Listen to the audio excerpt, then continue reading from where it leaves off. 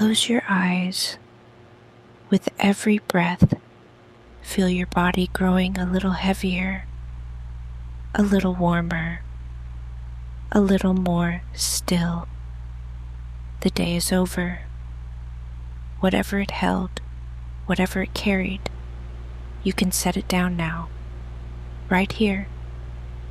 You don't need to hold any of it tonight. Tonight, I'm going to take you somewhere very special, somewhere that most people never get to see, a place that only exists when the rest of the world is fast asleep. Imagine it's a quiet night, a very quiet night, the kind of night where even the wind seems to be resting. You're standing in an open meadow, soft grass beneath your bare feet, cool and slightly damp with dew. The air smells of wildflowers and something faintly sweet, like warm vanilla and pine needles mixed together in the darkness. Above you stretches the most magnificent sky you have ever seen. Stars, thousands upon thousands of them, scattered like someone had taken a handful of powdered silver and breathed it gently across black velvet.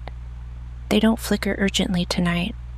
They glow, slow, patient, as if they too are half asleep. And the moon, the moon, is hanging perfectly still just above the horizon, round and full and luminous, casting long, soft shadows across the meadow. A pale golden light that makes everything look like it belongs to a dream. You breathe in deeply.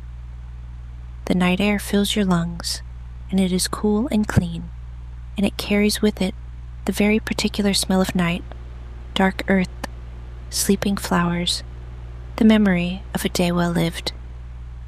And then you notice something, a faint light, high above you, coming from the moon itself, not the moonlight that falls down onto the earth, but a small, warm, amber light, glowing from somewhere on the surface of the moon, tiny, flickering just slightly, like a candle left burning in a window. And you think to yourself, what is that? As you watch that tiny light, you feel something wonderful happening. A gentle warmth begins to rise beneath your feet, as if the earth itself is breathing, and slowly, slowly, you begin to rise, not with a rush or a jolt, nothing like that, just a soft, smooth, impossibly gentle floating, the way you might drift upward in a dream when all your muscles have finally let go. The meadow below you grows smaller. The tops of the trees become a dark, feathery fringe beneath you. You can see the silver ribbon of a river winding through the valley, a farmhouse with one yellow window lit, a sleeping village, a road that curves away into the darkness like a question mark. And still you rise. The air becomes thinner, cooler, quieter. Sound fades the higher you go. The last cricket song, the last rustle of leaves, until there is nothing but the deep, perfect silence of high altitude. The stars are different up here, closer, steadier. They don't twinkle from up here. They simply shine, constant and certain as old friends. You pass through a thin layer of cloud, cold and soft against your skin, like pressing your face into a silk scarf, and then you're above it, and the world below is just a dark, curved mass draped in silver. You look up, and the moon is enormous now, close, real, not the distant circle you've always known, but a world, pale and ancient and breathing. And there, on its surface, you can see it now. A small building, no bigger than a cottage, tucked into a gentle crater, sheltered by a curve of pale rock. Its windows are lit from within with that warm amber light, and above its door, carved in letters that seem to be made of concentrated moonlight, are the words, "You land, so gently you barely notice the moment your feet touch the pale, dusty ground. The surface of the moon is soft underfoot, like fine, cool powder, like the softest sand you've ever walked on. There is no wind here, and yet, impossibly, you feel something like a breeze. The shop is radiating warmth, a warmth that pulls at you the way firelight does, inviting, old, familiar somehow, as though you have been here before. You push open the door. The inside of the shop is wonderful. The first thing you notice is the smell. Beeswax and old wood and something electric, like the air just before rain, and underneath it all, the faint sweetness of starlight.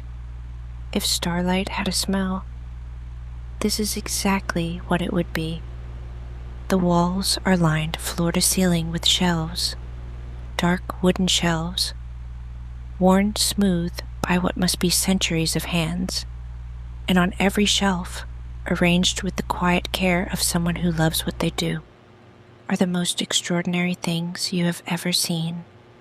Glass jars filled with liquid light, some silver, some the pale blue of early dawn, some a deep gold like last sunlight, each one labeled in tiny, careful handwriting, a jar that reads, "Soft moonrise, third quarter."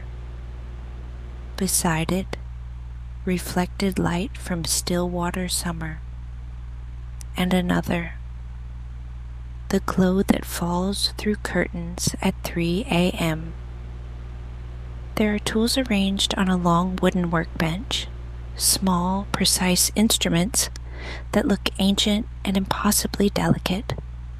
Tiny brushes made from what appears to be woven starlight, slender silver hammers no bigger than a finger, magnifying glasses set in frames carved from meteorite iron. And sitting at the workbench, their back to you, is the keeper of this shop. She is small and unhurried. Her hair is white, not old person white, but moon white, the kind of white that glows faintly in dark rooms. She wears a long coat the color of midnight, and her sleeves are rolled to the elbow. And her hands are remarkable, old and short and steady, the hands of someone who has spent 1,000 years doing careful, important work. She turns when she hears you. Her face is kind. Her eyes are the color of a winter sky just before dawn, that very particular shade of dark blue that is not quite black and not quite gray. She looks at you the way people look at someone they've been expecting. "Ah," she says.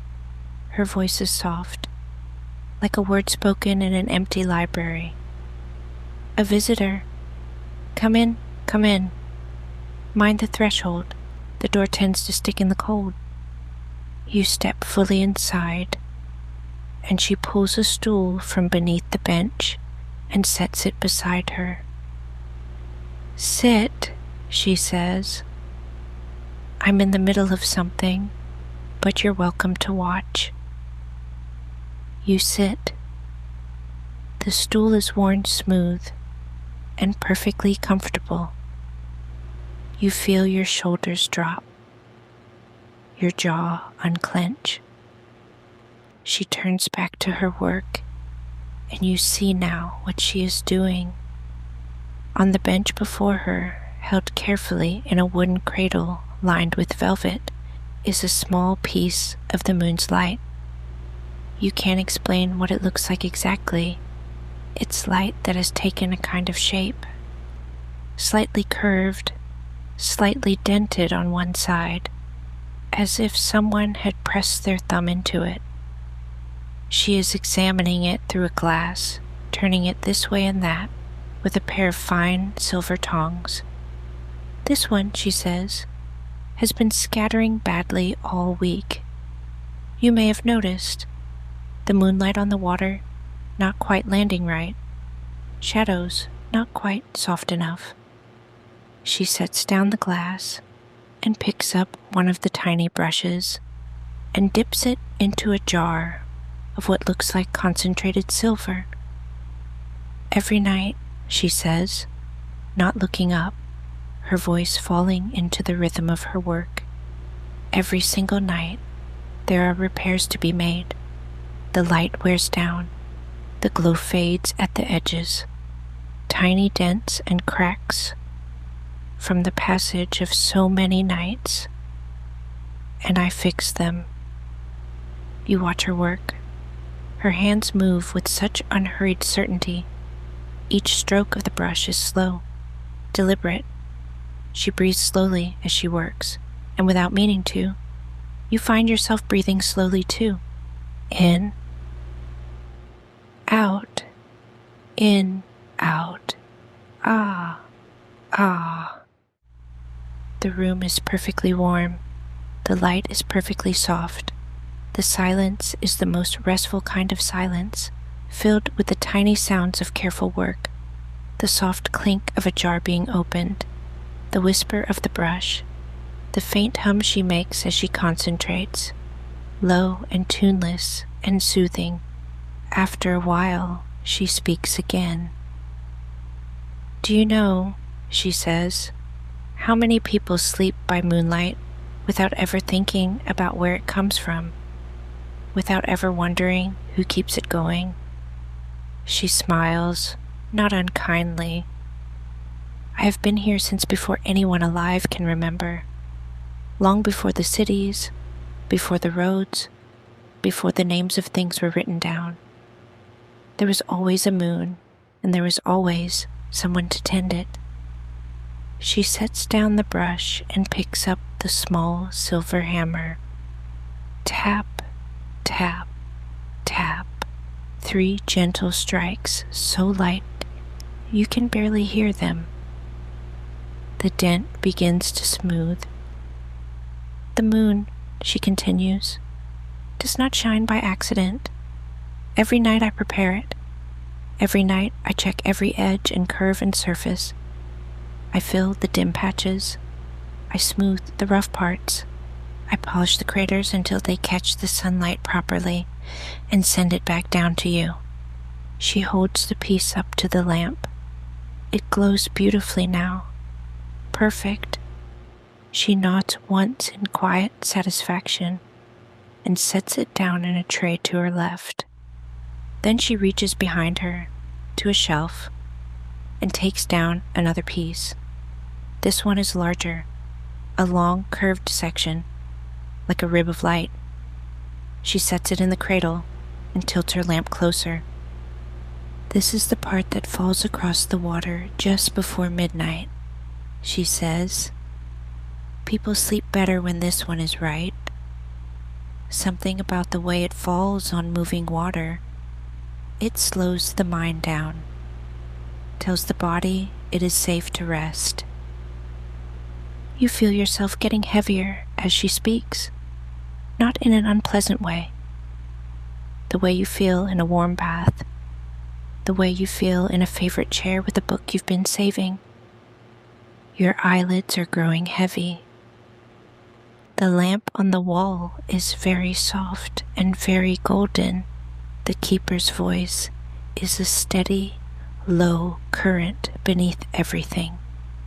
You're not sure how much time has passed. Time moves differently in this place, more slowly, more gently, like thick, warm honey. At night, the keeper has moved to a different part of the bench now. She is working on something even more delicate, a thin filament of moonlight, almost invisible, that she holds between 2 fingers. She draws it out slowly, slowly, like someone spinning thread, each movement impossibly careful. She has been talking as she works, Or perhaps you've been dreaming a little and only catching pieces. The moonlight that falls into children's rooms and makes them feel safe. Pause. The glow that lovers notice and feel something stir in their chests. Pause. The light that finds a window in a dark house and sits there until morning, keeping watch. You are very still now. Your hands are resting in your lap, and they feel far away. Your breath is coming long and slow and even. The shop is warm. The bench is a soft blur.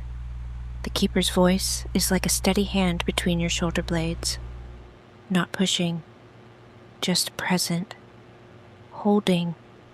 She winds the filament of moonlight around a small bobbin and sets it carefully on a shelf beside a row of others just like it. She labels it in her tiny handwriting and straightens it so it sits just so. Then she turns to look at you. Her expression is soft, unhurried. You should rest, she says. That's why you came after all.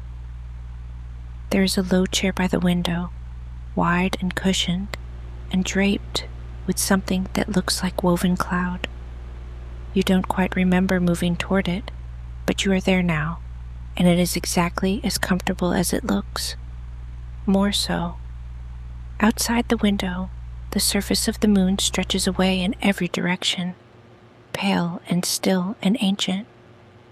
Far below, you can see the earth, blue-green and luminous, small enough now that your hand could cover it, but still turning, still breathing, still full of sleeping people and dreaming children, and all the small, quiet lives being lived inside warm-lit rooms.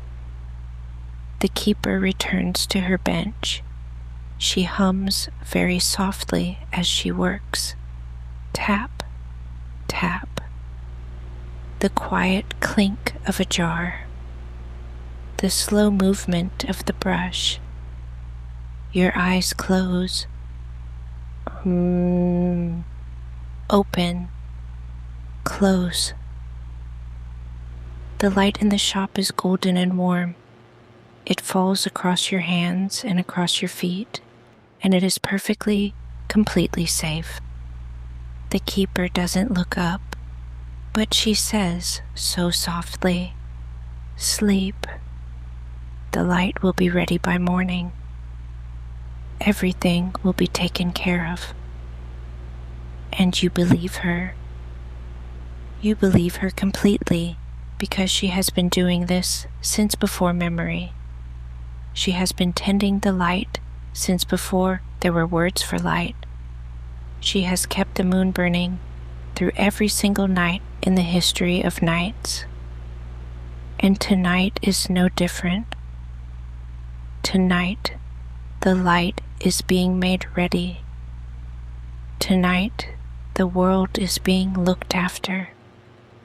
And all you have to do is rest. The keeper's humming grows softer, or perhaps you are drifting away from it. Very slowly, the way a boat leaves a dock when someone unties the rope, and the tide does all the work. You are floating now, gently, back through that dark, high silence between the moon and the earth, back through the cloud, back through the cool, clean dark. Below you, the earth grows larger again. Your meadow waits. The same dew-damp grass, the same wildflowers asleep with their petals closed, the river still winding its silver path through the valley, the village still sleeping, every window dark, and above it all, the moon, full and round and perfectly repaired, its light falling down in long, soft silver rivers across the fields and the rooftops and the water. You are home. You are warm. You are safe. Your body is very, very heavy now, as heavy as earth, as settled as stone. Every muscle has let go of everything it was holding. Your hands, your shoulders, your jaw, your chest, all of it released, all of it resting. Breathe in the night air. Let it go. Breathe in. Let it go. Somewhere above you, in her small warm shop on the surface of the moon, the keeper is still working, still humming, still smoothing and polishing and mending the light so that it will be perfect when morning comes. But morning is a long way away, and tonight is long, and you don't need to go anywhere. You don't need to do anything. You don't need to think about anything at all. Just breathe. Just drift. Just sleep.